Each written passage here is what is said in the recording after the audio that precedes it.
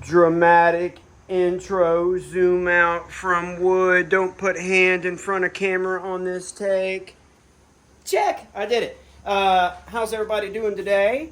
I'm doing well. It's like 8 something in the morning. Kids at school, wife's at school. I'm going to be cutting up some oak today.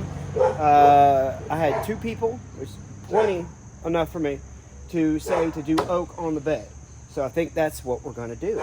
I'm sitting here staring, scratching, staring, thinking, and I'm like, I want these to go, hey, I'm making a video. I want these to be as wide as I can get them. The dimensions is 48 or 4 feet, 48 inches from side to side, and then it's 55 lengthwise. So I have to have at least 55 inches of length. And I was really hoping I could get 2 of them out of one of these slabs. I cannot. So then I started thinking, all right, well, I could do 3 at 16. I have enough on here. And then this is what I wanted to talk about at the beginning of the video. Because if I had big industrial woodworking stuff, 16 inches, run it through a planer, that ain't that big of a deal. But I do not. All I have, which I'm very grateful for, but my DeWalt planer here is 12 inch. It's got a 12-inch bed.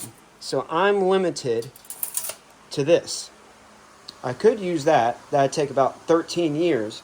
And I would release the video this time in 13 years because that takes forever. I got that for nameplates to do at the school. I had to do like 300 of them. So I think that's what we're going to do. We're going to get that going. Let me think. Is that all I wanted to say? Yeah. So 12 inches. So 12 inches takes a lot off of this slab. And y'all know how I am. I do not like wasting material. So 12 inches would be somewhere. Actually, I guess that's not. I really don't have 16. Because you look at the edge right there, come in. 12 would probably be about fine. A lot of waste on the sides. It'll be all right. So that's what we're going to do. And I will come back when I've got some updates. Check. So we got that. I said last episode that I was going to set y'all up on a tripod. And look how good and clean I got the shop. I'm ready to work. But I'm going to be lazy. I do apologize. I'm going to do a substantial amount of work off camera. But what I figured I could do is, I'm just kidding. Oh, goodness. Ryan, you have a problem. I know, but I drink water in between. I'm going to tell you what I'm going to do and the procedures in which I'm going to do them. And then, you'll pretty much know. So, you can get on YouTube, bleep, bloop, blop, planer, table saw, Sanders's, if you want to. What I'm going to do is I'm going to cut those down to, if I am going to run them through the planer, a good thing to note is you're going to have some planer snipe. That's when the rollers are positioned in such a way to where at the end it will kick it down and you'll have about this much material that you're not going to be able to use. So what I'm going to do is I'm going to come in about 5 inches, mark out my 55 inches, and then I'm going to go another 4 inches or so on the end. If anybody's ever used a planer, you know what planer snipe is, and that's that irritating little section at the end that just, you're like, I cut it to length, perfect, and then I ran it through the planer. No, I'm going to cut it with, all right, back up, circular saw, snip, then I have to get it to 12 inches so that I can run it through my planer. So then I'm going to go with the table saw and meticulously and gingerly make one 90-degree, shoot, that's going to be hard. I'm going to figure out some way to do that. to where I can run it up against the fence. Actually, I'll tell you what I'm going to do. I'm going to get a longer piece of wood, and I'm going to screw it to the edge right here. That way I'll have a straight line to run up against the fence of the table saw. Does that make sense? Is anybody following me? If you have a live slab that's cut straight off of the... All right, hold on. I'll see if I can do it this way. I mean, it's going to take just as much time for me to explain it than it would be for me to shoot it. You know what I'm saying? So I've got this... Yeah. Oh. Yeah. I've got this here, right? I'm going to pick whatever side I want to run through the table saw first. On the other side, I'm going to find a straight piece of wood that's already longer than this, but a straight piece of wood that, hey, look at that, that I can put right here, square it up, run some tacks in it, and then that's the side that we run through the table saw. See? I'll have a nice clean cut edge right there. Then I can take that off.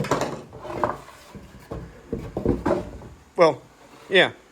Take that off, flip it around, run my new cut side, and then I can get square. Does that make sense? It probably does. Then I'll run it through the planer. So I'm going to do all that stuff and come back. Yeah, y'all understand. Get 12 inches somehow on this, run it through the planer, come back. Question. Do I do the tongue and groove? You know what I'm talking about? Like where I cut out a little section like that. So then they'll interlock together. Someone said that's a lot of work. I'm not going to do that. Someone said if it does get in the rain, I have holes drilled in there. So it ain't gonna worry about it. So that's what I'm doing. 4 minutes of me talking about what I'm going to do. I'll be back. Sorry. All over the place. I have only one itch and desire. Let me stand next to your fire. Just kidding. I ain't going to do all that stuff I just said.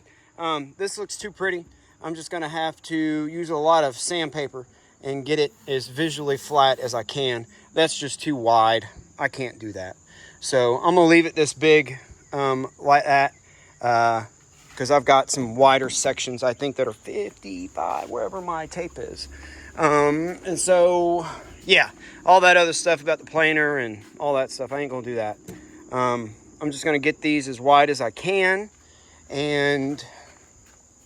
See, because we can go from like right there to right there. That's a big old section. I think it's like 20 inches. So that's what I'm going to do. I'll come back. Sorry for lying to y'all. Well, forgive me. I did lie again. That's 2 lies in a row. I did spend all that extra time. Put it through the table saw. Went through the planer. Took a pattern maker that I'll show in a second. Went around and got everything form fitting. Man, it's quite a leap from the last time you saw this thing, huh? Behold. I'm quite happy. Everything's planed down to 1.25 inches. The board sizes vary from 9, 11.5, 9.5, 9.5. This is a little 4 1/8, and then 11.5 at the top. I'm happy. I'm tired. My arms hurt. My legs hurt. This is shoulders hurt. My neck hurts. Back hurts. This is knees hurt. But this is 2 days of solid work from about 9 to about 4:30. I mean, I took breaks in between and piddled. Had some Scion conversations with some people that stopped at the house. But, yeah. I mean, I could true that up. I'm probably not going to. I'm sitting here thinking, what can I put here as kind of a filler that would kind of wrap around. Does anybody have any suggestions? Maybe a little something? I don't know. It's got to be flexible. I'll probably just leave it as is, to be honest with you. Yeah. Next step. I'm going to chamfer all the edges so they look like they're a little bit further apart than they really are. Give them some more definition, because you can see it, but I like that chamfered edge look like I did on my hardwood floors. If y'all don't know what that is, look it up. That's an excellent project, I thought. I'll do that. I'll run a line so I get straight lines for all my screws. Pull them all up. Take them in there. Get a good... My neighbor dropped off a watermelon. Get a good sand on it. Chamfer the edges. And then I'm going to go through with some polyurethane. Same stuff I used the last time. Warm semi-gloss I used on the ash bed tops. So, bleep, bloop, blop. If y'all got any suggestions, I even thought maybe I could do some leather. Y'all know how much I like leather. Because I'm probably going to do leather on the door panels on the inside. Pattern maker, I didn't forget. It's real simple. You take this right here, and I just made a hole that you can countersink a Sharpie into. Boop. And then you use a square with your piece of wood, and you just, like, if this is your pattern, right? You would just keep that straight and just follow it around. See, that's my belly. Beep. So technically, if you lay out something right there, I should be able to put... My belly ain't that big. A little over exaggeration, I guess. Piece of wood's right there. It worked really good.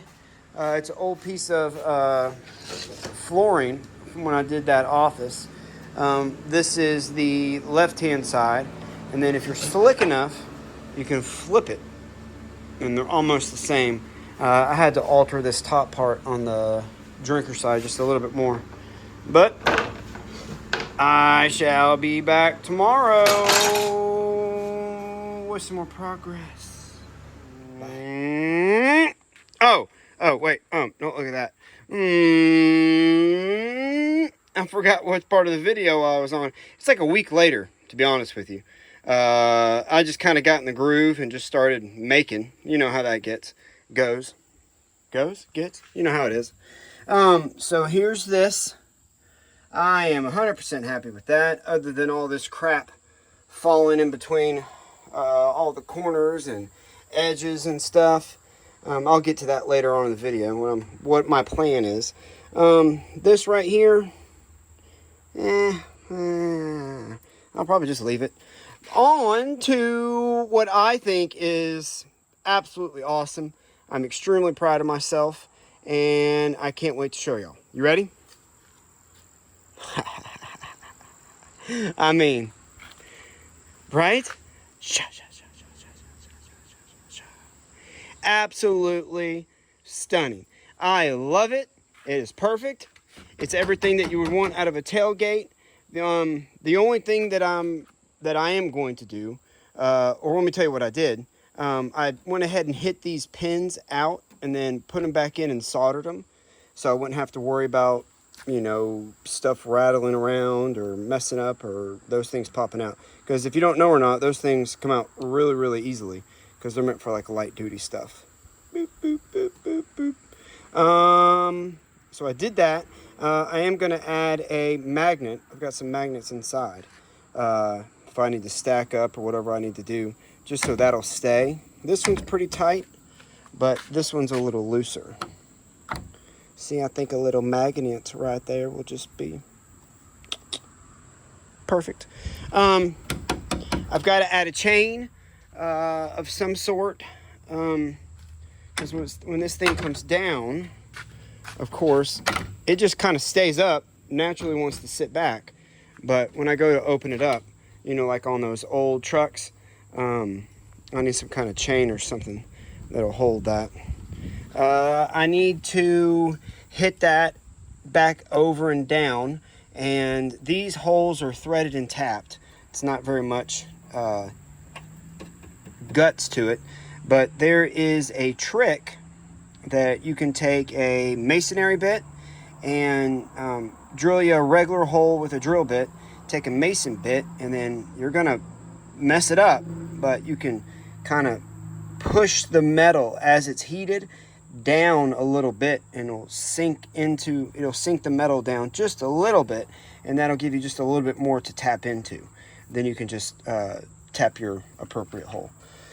So that's what I did there. I need to roll that over. What I really want to get is one of those rivet guns that puts the threaded rivet down in there, and then you can open it up. I don't know if the Freight's got one or not.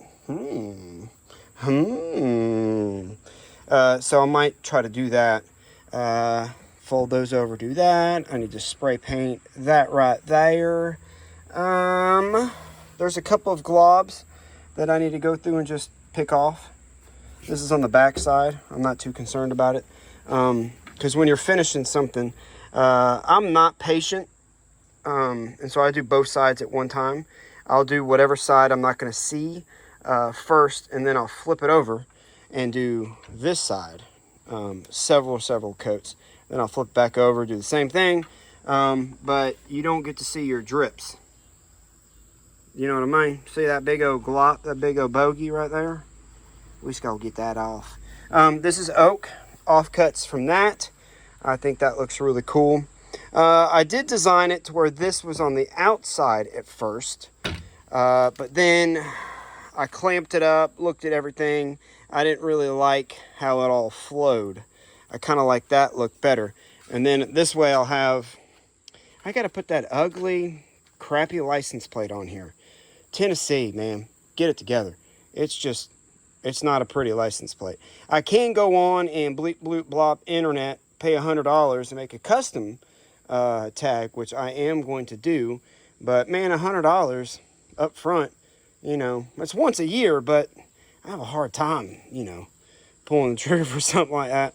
But maybe eventually. How much money? I sent this to my father-in-law, and he said, heck yeah, dude. How much money did you spend on it? I'm going to be honest with y'all. I had to buy one thing of polyurethane. That was, what, $29. All the spray paint and the finish was about $260. So what is that? We're at, let's just say $300. What else did I do? Had to buy that little rolly trim thing at O'Reilly's. It was like $19, $9. Bondo, let's just give a generous estimate, $120, because I got that fiber filler. I bought the expensive stuff. I bought like the middle line. It was like the 70, 69 something, or did I get the $39? Anyway, let's just say I've got $400 in this. Right? I mean, and I did it with what shops you know that I have. I didn't have to go get any new tools. I just pulled the trigger. It's something I thought about for a long time, and I just pulled the trigger. Things I wish I would have done. I wish I welded all the way down. Can't see it a lot. Well, I guess you can, because I just put my finger on it and it's dusty.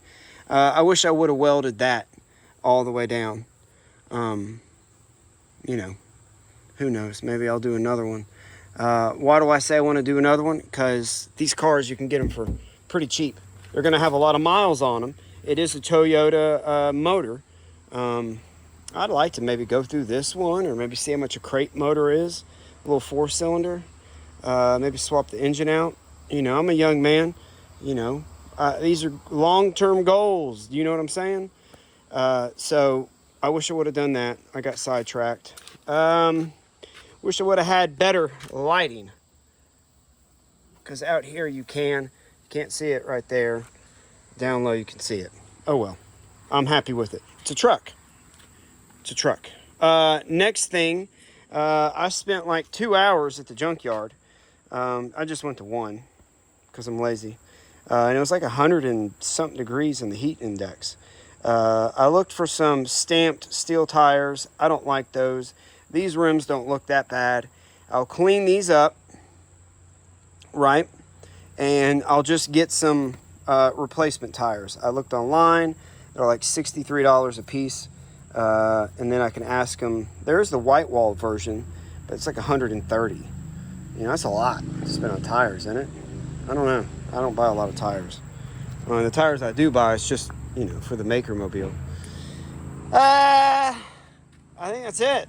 The next project that I'm going to do is we've got these crepe myrtles that is just reaps havoc on the wife's vehicle. I mean, she parks right here, makes the most sense, kids, blah, blah, blah, blah, blah. If I was a good husband, I'd let her have the garage. Say hello, Bart. Bart, what are you doing?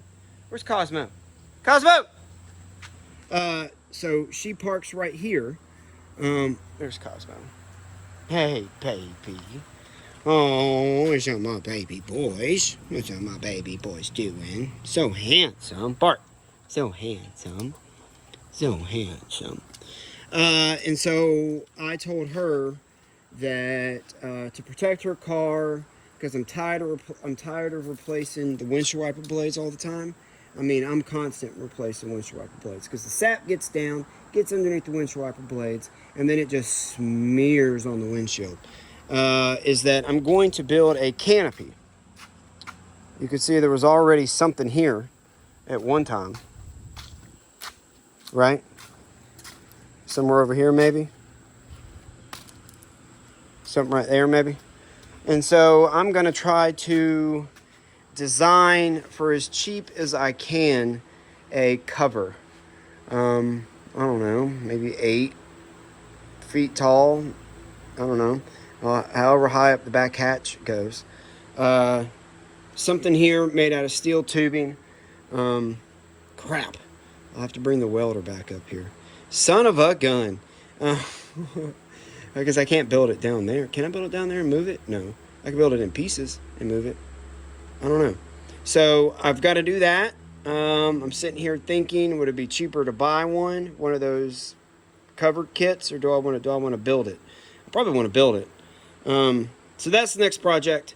Sorry, it's been 2 weeks. Like I said, I've just been doing this, and life gets busy, man. You start enjoying yourself, and you forget for a short period of time that you're in the middle of making a YouTube video. Guess that means I'm enjoying life. Y'all go have an amazing day. Again, I appreciate the crap that, I just appreciate it so much. I was going to say a bad word. I just appreciate y'all clicking on my channel, following along with this cool project. I've got some cool stuff I kind of want to do to it. I got a cool Guardians of the Galaxy sign that I made a while back on the CNC. I might put that on the back, just because it's awesome. But go have an amazing day. Take just a snippet of your day out. Just to be still, realize where you're at, be thankful, and just be an amazing person. It doesn't take a lot, I've always, I guess, prior to, I had kids, but then, I was FedExing a lot, so I was in my head with that and just dealing with life, and, you get in this pattern where you don't allow yourself to zoom out, you know what I mean? And to look at yourself, what are you doing? If you think you're having a bad day, or if you think you might not be the best person, zoom out. Really look at what you're doing. 9.999 times out of 10, you're probably doing a pretty amazing job at this thing, life. And if you're not, it's just little things, man, that you can, pay attention to. Don't take yourself so much for granted, and think about others. Sorry we got into that talk. I one of the things I'm quite passionate about is talking about life. So anyway, because I'm here in it, right? All right, I'll quit talking. If you're still here, leave me a thumbs up, leave me a comment, let me know what your favorite part was, and I'll see you on the next one.